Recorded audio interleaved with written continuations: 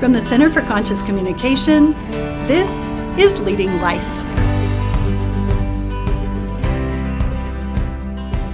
Hi everyone, my name is Stacy Caruth and I'm the founder of the Center for Conscious Communication, and this is Leading Life, a podcast spotlighting women business leaders who are making a difference, following their passion and challenging the status quo.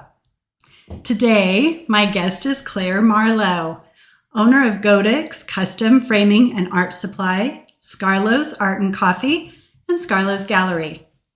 Claire is a passionate photographer. She and her husband and business partner Tyrell bought Goedicke's Custom Framing and Art Supply in 2013, and within a year remodeled the adjoining space into an art gallery, now known as Scarlow's Gallery, where she features local and regional artists and hosts classes, workshops, and events. Most recently, Claire opened Scarlow's Art and Coffee inside the gallery, creating a warm and tranquil meeting space in the heart of downtown Casper. Welcome, Claire. Thank you, Stacy. I'm so excited for you to be here today. Are you ready for this? Let's do it. All right. So I'd like to travel back in time just a little bit. I wonder, what was the plan for you growing up? And how is Goedicke's and Scarlow's in alignment with those plans or a deviation? Oh, it's a far deviation. I feel like I've probably lived a couple different lives in the first couple decades. I was raised very religious. And so at 18, I left that. And so that definitely changed the course. At that point, I didn't have a focus on what I was going to be as an adult because it was very focused on religion. So when I left at 18, I didn't know. I just wanted to go learn about the world, find my place in it, meet people, just kind of explore. But I always loved art. I did like a half a semester in art school right out of high school and then dropped out to be a ski bum. And Fun. Was a ski bum for a few years, moved around, ended up in Seattle. I knew I couldn't be a ski bum forever, so I went to college. Actually, community psychology is what I went to college for. It was an interdisciplinary degree, so also focused on society, ethics, and behavior. It was really interesting. But when I graduated, I got an office job, and it actually was great. It was a project management position. Long story short, we moved here, and I didn't know what to do with myself here in Casper. We moved here for my husband's job. And after a year, I just saw a business listing for an art supply store. They didn't say where in Wyoming. It just said Wyoming. And custom framing. And actually, oddly enough, in my early 20s in Seattle, when I was just on my own, I didn't know anybody, and I was in college, I did oddly want to be a picture framer. It's totally random, but I was a photographer at the time, and I loved the process of, the darkroom and developing and then presentation of photos. So I did have an interest in that, oddly enough. Random and weird. So more or less, I never really had a clear path. And I don't know if I ever really will. Just more playing it by ear and whatever calls to you. Yeah. I always knew I didn't want anyone to tell me what to do. I wanted to figure out for myself. I definitely wanted to gain enough knowledge and experience in whatever my interests were to be, not to be necessarily a leader in it, but to be a confident person that can do it on their own. So I didn't necessarily want to be my own boss, but I always had a vision of something a little bit bigger than anything I was doing. I would get into a role at a job and feel a little stifled because, you're limited by what your management team tells you to do. So I always knew I wanted to do a little bit bigger than anything else I was doing. But what that looked like, I didn't know. Mm-hmm. But the ad called to you. Yeah, I hated the job I was in. I shouldn't say that because it's a company that's still around, but it wasn't challenging. And so I found it and I called my husband. I was at work and I called him and I said, what do you think about buying a business? Because honestly, I was just looking at businesses for sale in Casper to figure out what's going on. We were new here. I didn't know anyone. We didn't know business. We didn't know the community. And I saw that and I was like, ooh, art and picture framing. So I called my husband and it was kind of a joke, but he knows me well enough to know, like, I take pretty big, not blind leaps. They're pretty calculated, but I'll take big jumps. And so he was like, yeah, go for it. Do it. And I called the number, and after probably 6 or 7 months, we ended up buying it. Wow. Wow. Yeah. That is a big jump, I would say. Nothing about it. So I'm so curious how your degree and community and this art supply company, now Scarlow's Gallery and such, how do all those fit together? You seem to have this real passion for community that I'm really curious about.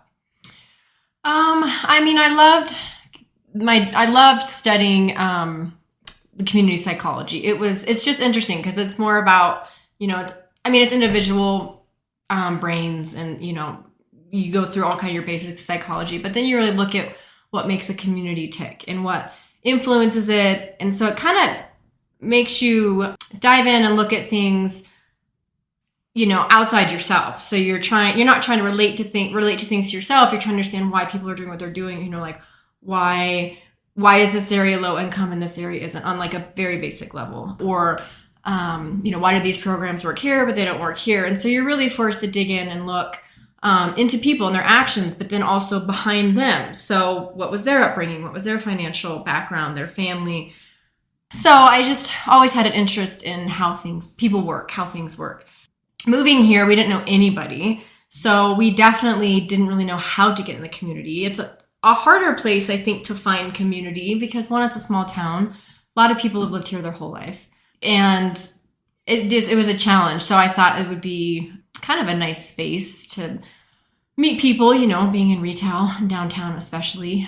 But then, as far as the art, I did build a little program during my degree for art therapy. So art's always played a role in my whole life. I've always been, I wouldn't say artistic. Don't ask me to paint or draw anything. I have a good eye. So my photography was my thing.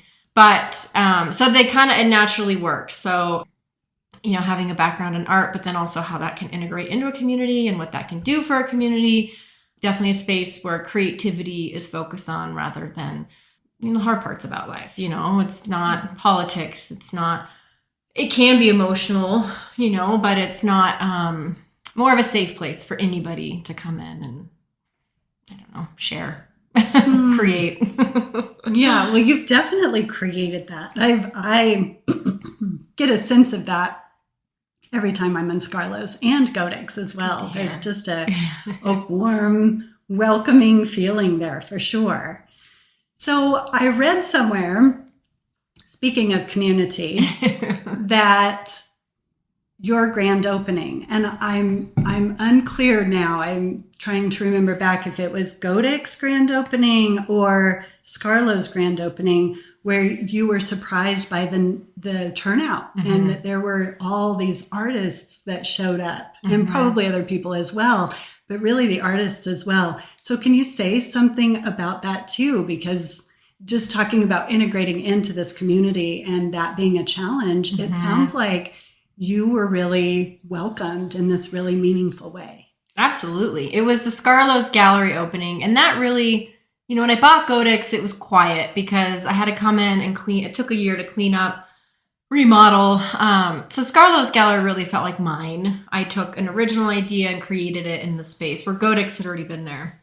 So when the gallery opened, I was thrilled and shocked at how many people showed up because we still didn't know a lot of people.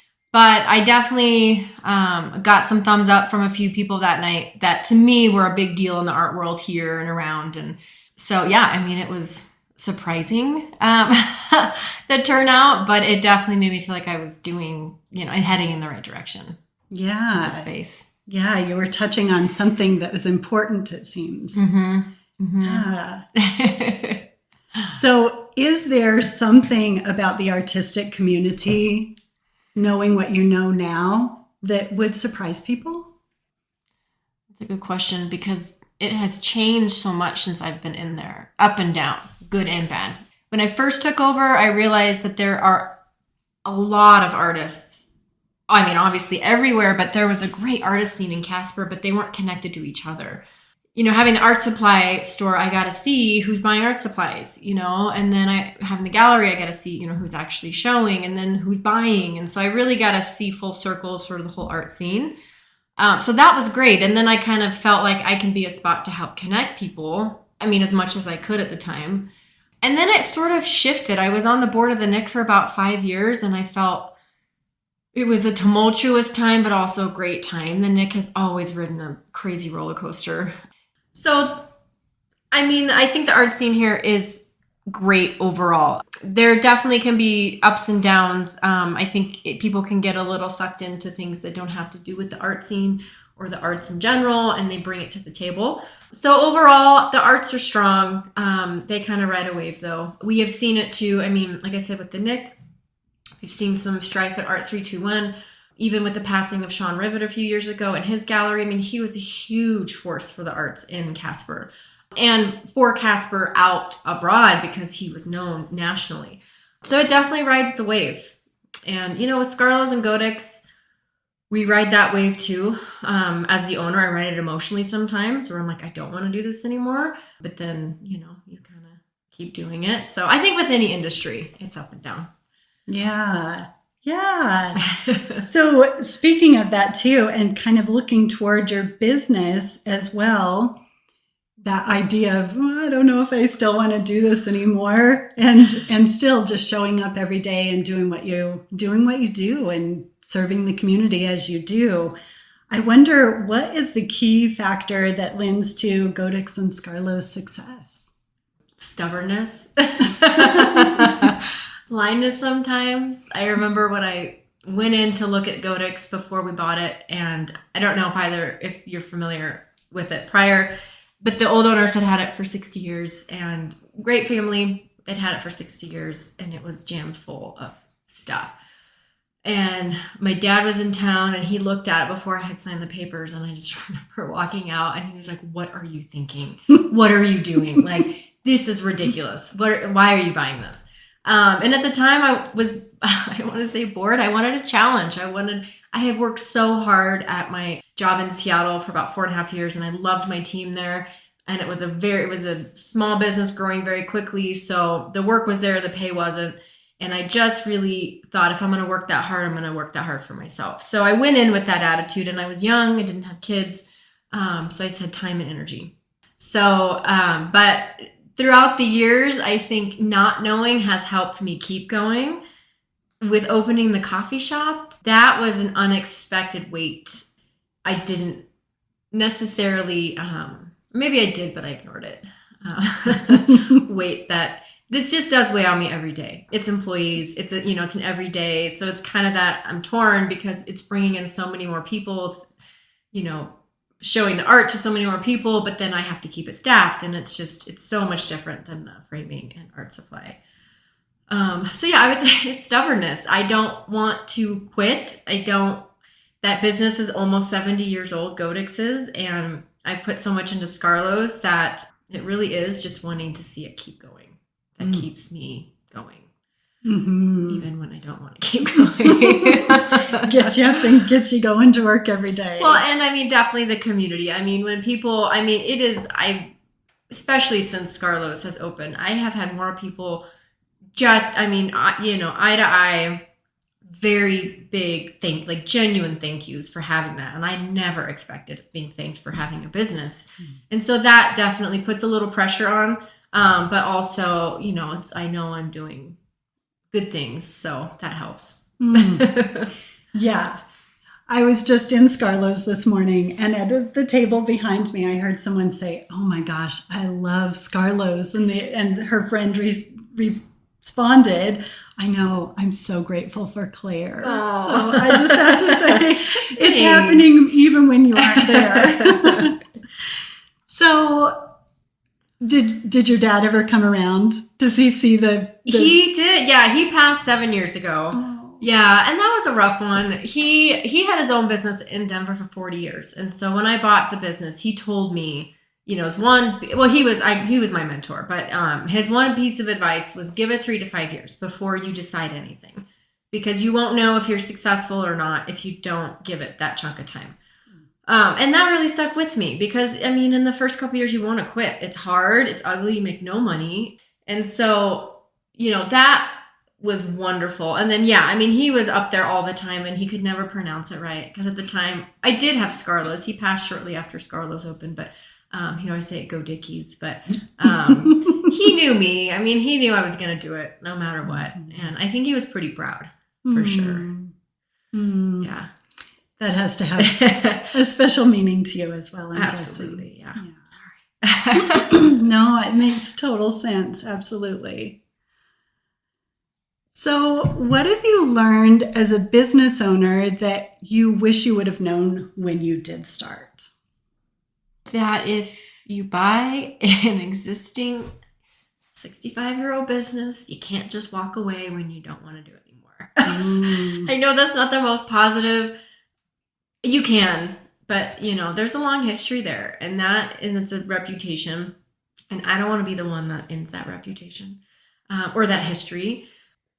So, I mean, I wish I would have known the commitment, because as I said, when we first started talking, I've never really had a focus. I want to do a lot of things in my life. This is one of the things. This isn't the only thing.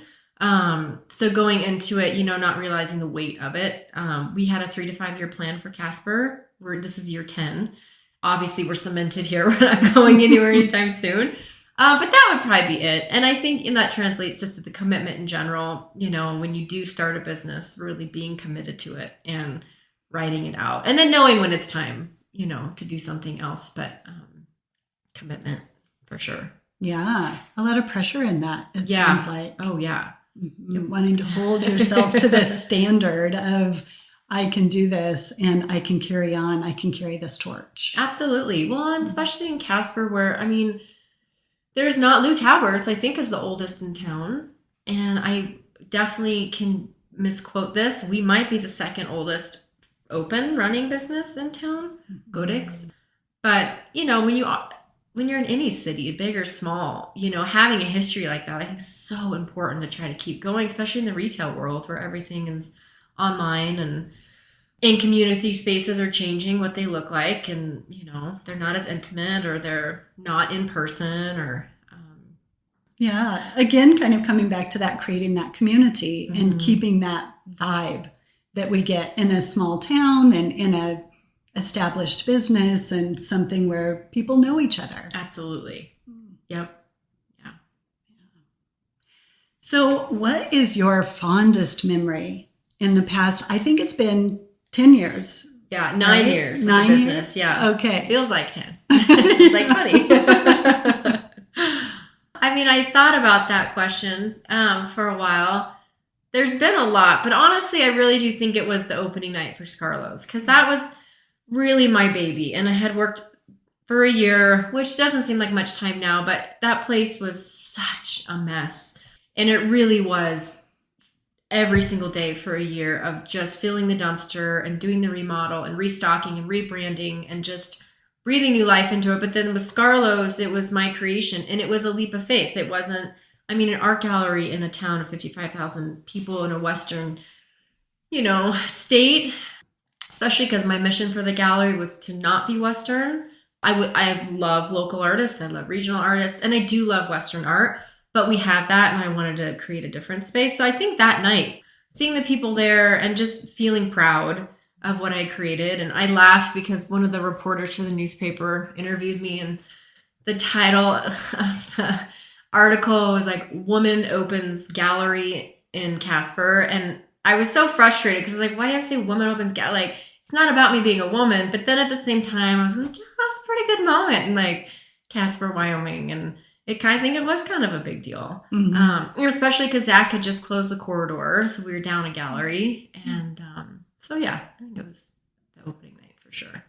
Oh, yeah. Heartening, maybe. And yeah, fun to just see the enthusiasm. Yeah. And just to see people were there supported. And I think my really good friend now, she tells me the story. I didn't know her at the time. She was there. I don't remember her being there, her and her husband. And she always tells the story. People ask how we met. And she's like, I went to her gallery opening and I just saw this girl from Seattle all of a sudden making like big moves. And it's like, I had to be her friend. And so, seeing it from her perspective was like, okay, like it was as big as it felt, or, just a new energy for that space. Yeah.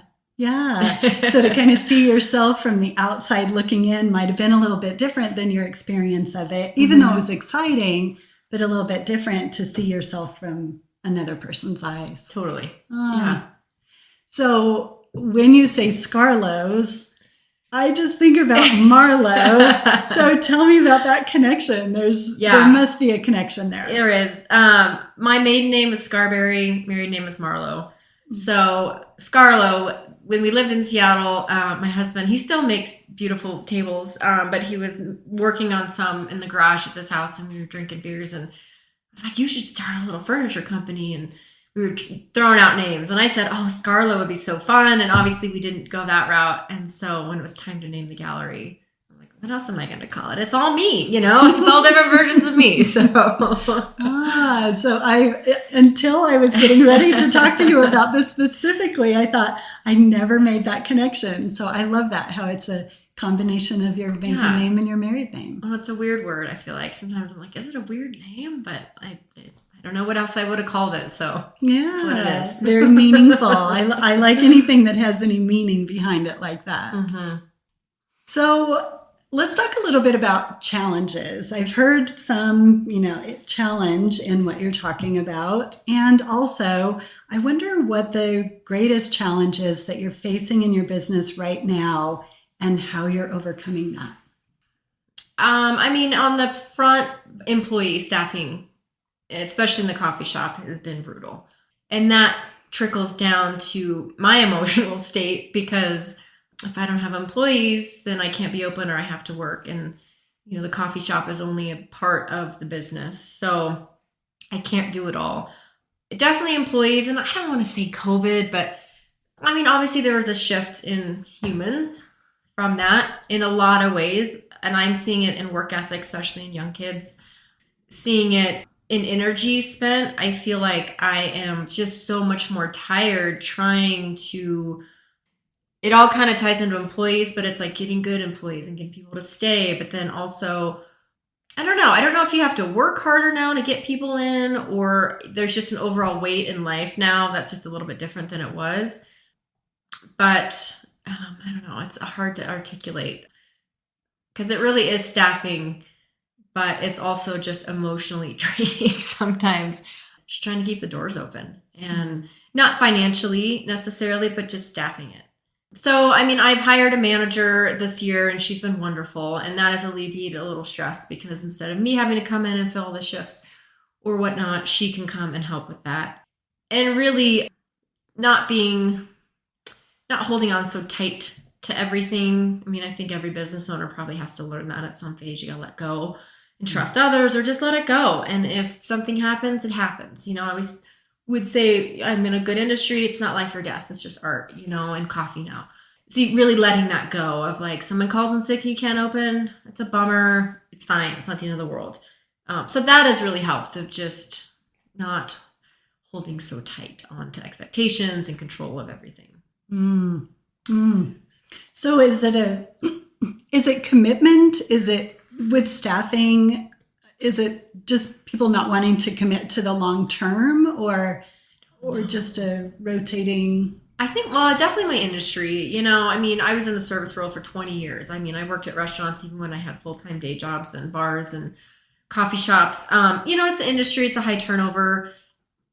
And, we're not in a town of 1 million people. So I only have so many people that are going to walk through my door, both as customers and as potential employees.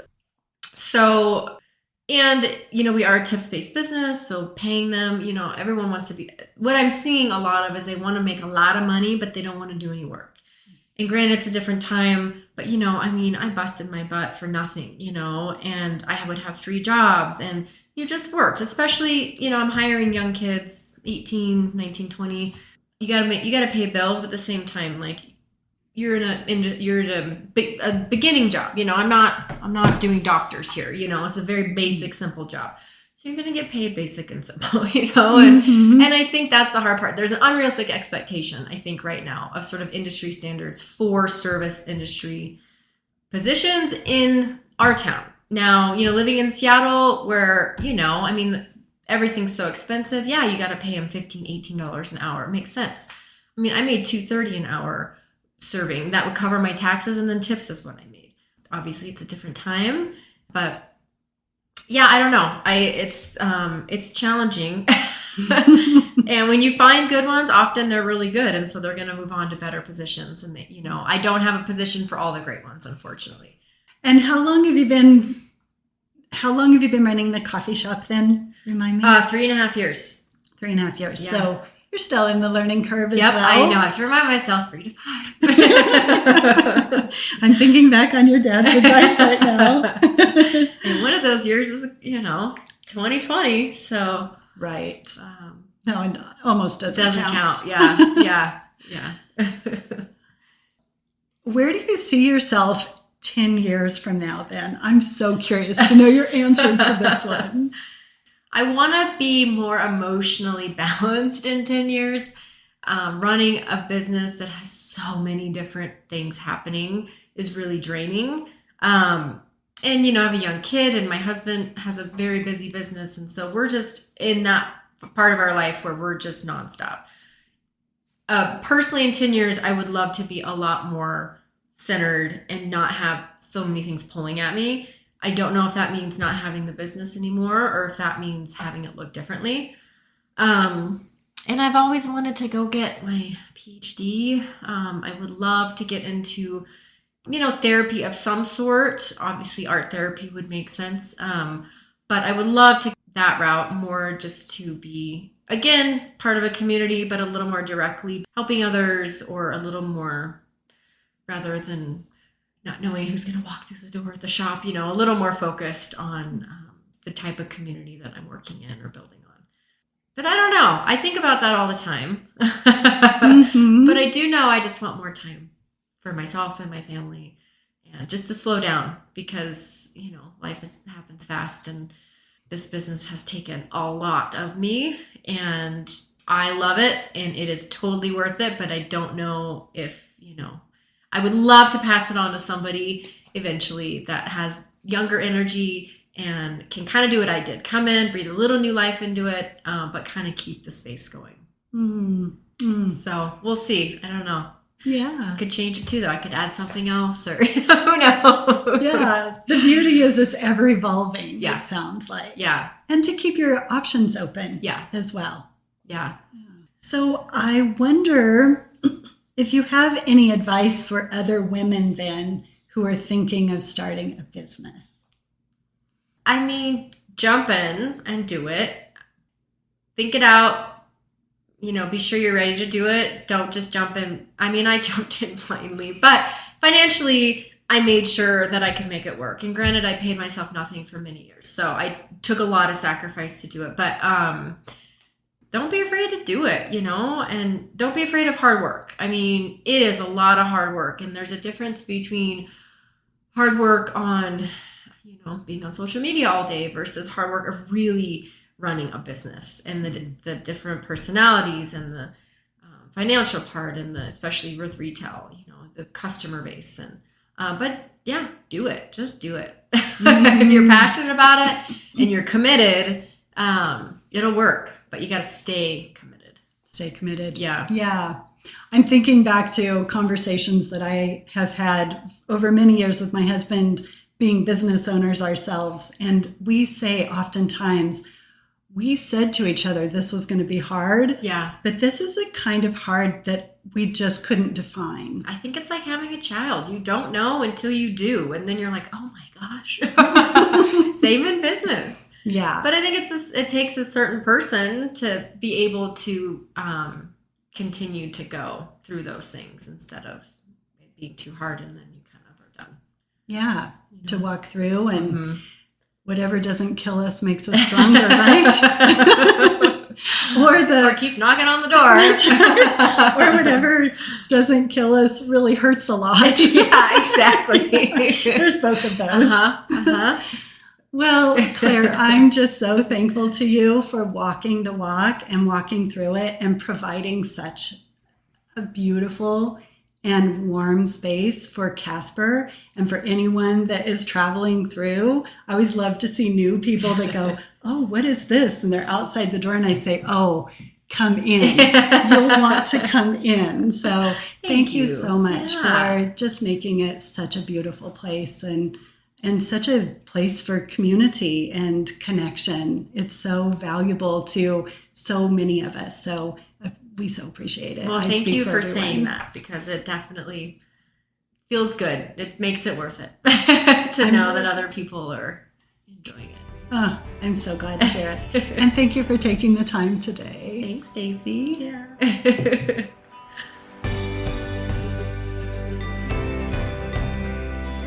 Thank you for listening to Leading Life, a production by the Center for Conscious Communication, hosted by me, Stacy Carruth. I'd like to thank Ty Pierce for his artwork and technical guidance. If you haven't already, make sure to follow Leading Life on YouTube, Apple Podcasts, or Spotify. And if you enjoy the show, leave us a 5-star review on Apple Podcasts. Thanks for listening, and catch you again next time.